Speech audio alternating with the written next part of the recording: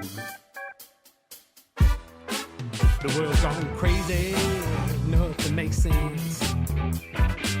Chips costing bucks a bag, you can't pay your rent.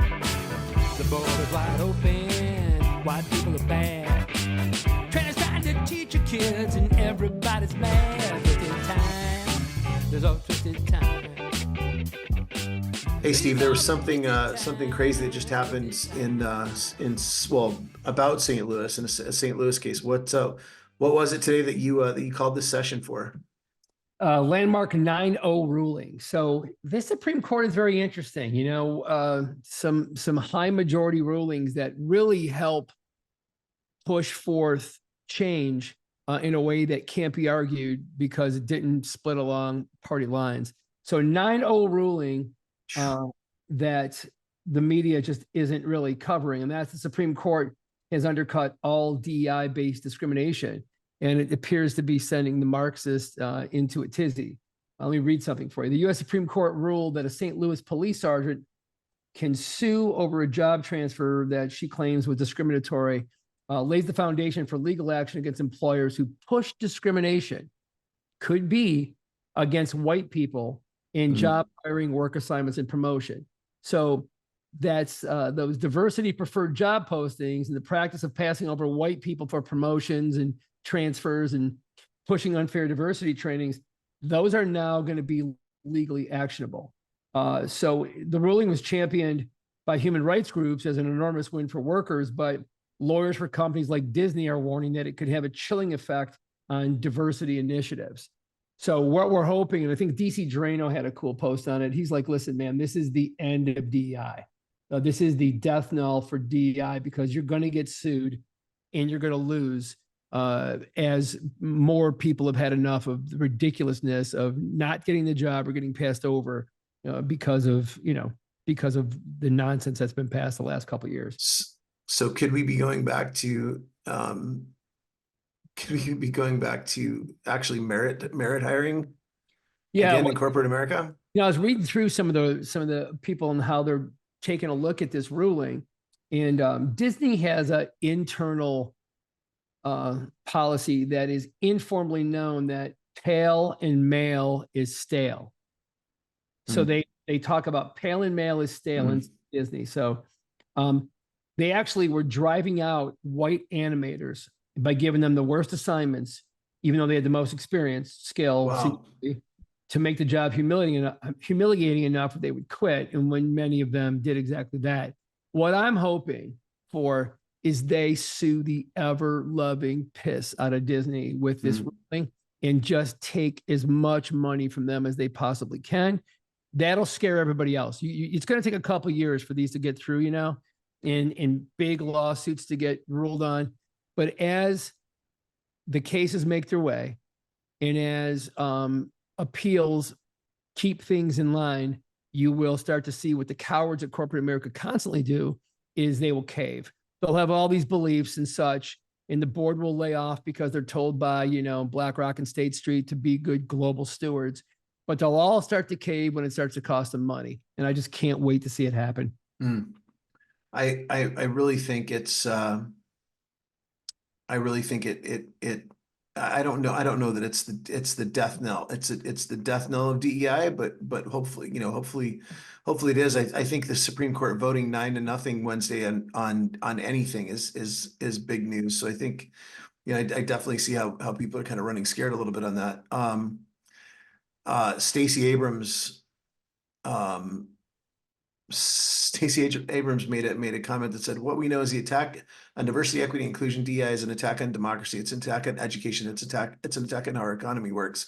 I think that's the polar opposite. It's really going back to merit-based hiring, merit-based promotion decisions. Listen, I think that some of the minority people that I've worked with in my career are some of the best people. Some of the women that I've worked with in this industry, fantastic, unbelievably great resources. But I hate having it be an overemphasis on those things. And you can even see with the Harvard hiring, with the Claudine Gay thing, you know, they put someone in charge of the search committee in that Harvard situation that's a DEI advocate again. So I don't know if I feel like we're still going down that path again, even with the I mean, you've got this ruling, but is that really going to make a big difference? I think it's going to make a big difference. I think this one, when you look at the language, right? So it's 9-0, and Kavanaugh wrote the concurring opinion. And what they did is they got rid of some language and included some harm, but he actually came out with saying no harm needs to be proven. Simply the act of discrimination on the basis of race, color, etc., is itself harm. So There it is. So that's the language. That's the language you're looking for. There it is. You can't promote somebody because they're a woman. You can't promote somebody because they're white or black. You can't you can't give somebody something because they're tall or ugly or this, or there can be no discrimination whatsoever in the way people are going to be hired, fired, promoted, and such. That is the end of DEI. DEI, by its very nature, is all of those things. It's saying we need more black people. We need more small people. We need more gay people. We need transgenders. This is the end of all of that. By a 9-0 vote, that you got two justices to write opinions that are from the opposite side of the fence coming together saying that no harm, that the harm itself is the act of discrimination on the basis of race, color, etc. That is the language we've been looking for. That's great. Yeah, that's great. So how does that impact? That sets a precedent. What does that do? Like how is that going to affect other lawsuits that are in place? So it sets a precedent. It sets a precedent for anyone to be able to go after race-based or gender-based or religious-based or any special treatment, special privileges. I am going to have to pull my lawsuit against the NBA. I was angry that there were no shorter Italians in the NBA. And so I'm going to pull that one. I was looking for Giuseppe Marconi to be drafted first overall. I mean, the ridiculousness of all of it is, it's insane. By the way, sports is a really good barometer of this. And I think, who did I see recently? He was a black sportscaster. I'll find it. You know what I'll do? I'll find it and post it or send it to you and talk about the next one. But do it.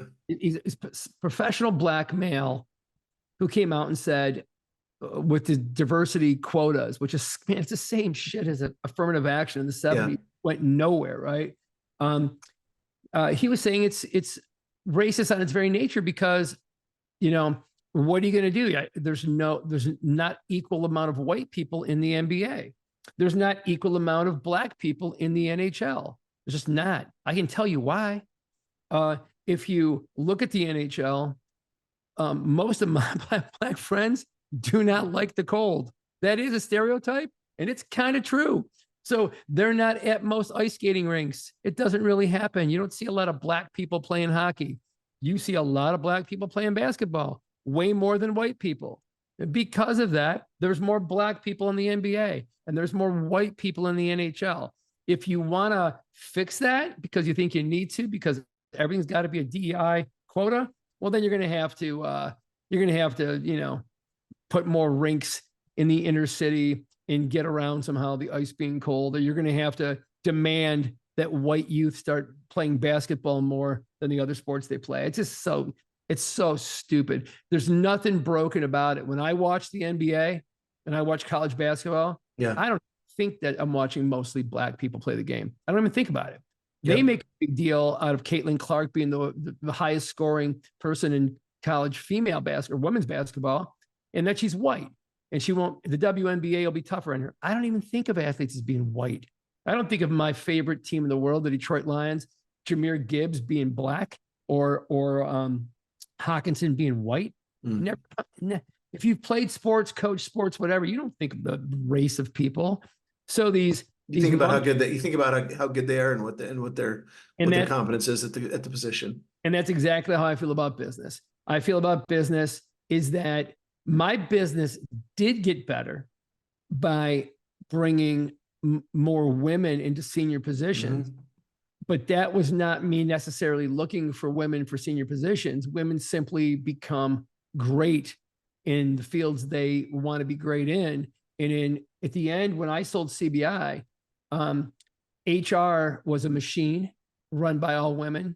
Marketing was a machine run by all women. And I did not go hire those people looking for women, and I did not tell them to go hire women. You had a great controller. One of the duo that made up your power finance team was a woman. She was great. And I never thought twice about it. I never said, let's go get more women. And so the whole thing is just, it's ridiculous. Everybody knows it's ridiculous, except for the coastal elites and these globalists that want to create one more path to division. And so I really do hope that the lawsuits just start to pile up. And I hope that the harm that comes from this, because there's going to be courts that are going to really struggle with defining what that looks like, because this may actually hurt us on the side of men competing in women's sports and women competing in men's sports. Is it discriminatory to say that that everybody can't play in one sport or the other? I don't know how it's all going to go. I would imagine there'll have to be another ruling or two to clarify that it is okay to have women's sports in men's sports, because this says, again, the act of discrimination on the basis of race, color, etc., is itself harm. So we'll see what happens. I think it stops DEI, and it probably creates a whole bunch more questions, which is usually what happens when the Supreme Court rules. But man, when they come down with a 9-0 ruling, it's got a shit ton of weight, so much weight. It definitely is newsworthy. That's for sure. Speaking of the gender in sports thing, I think that is something we need to talk about on an episode here coming up.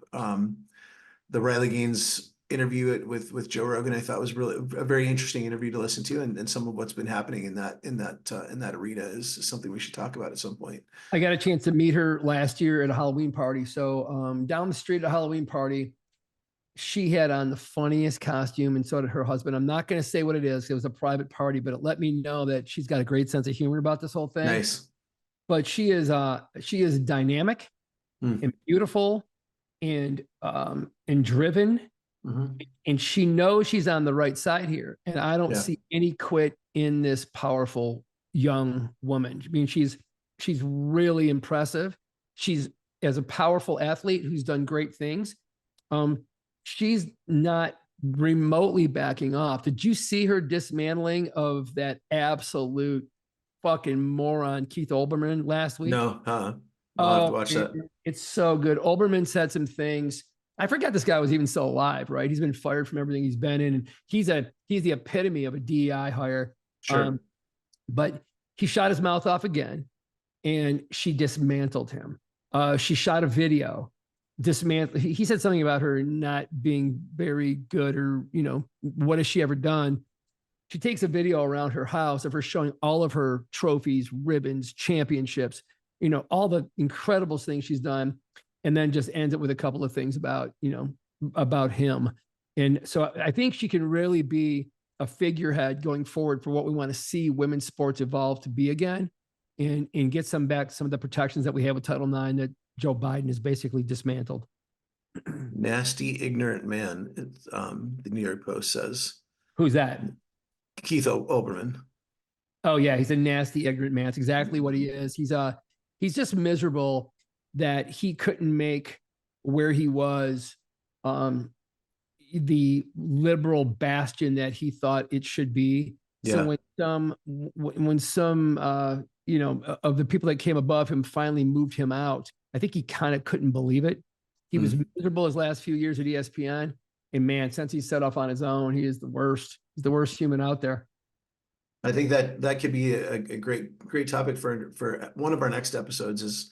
Is really, I mean, you've raised a couple of powerful women athletes, and I mean, you're raising another one. You've raised a really strong female athlete, and you're raising another one now, Steve. So I think that'd be another interesting thing to talk about in another episode here.